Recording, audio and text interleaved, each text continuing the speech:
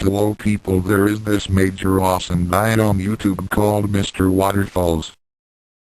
What makes him awesome is he can get people recons. Just like Bungie can.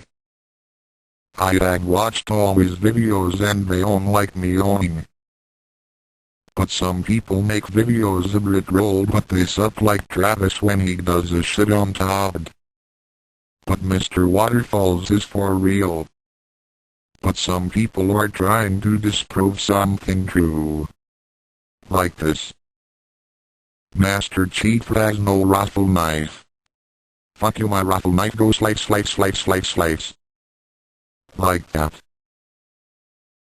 So you better subscribe to him or I will get you with my rifle knife.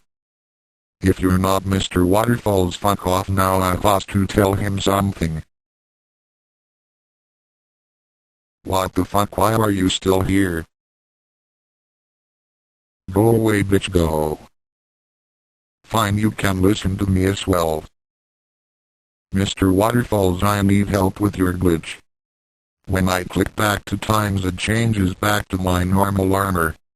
What did I do wrong? I would love it if you could help me. Please please please please help me.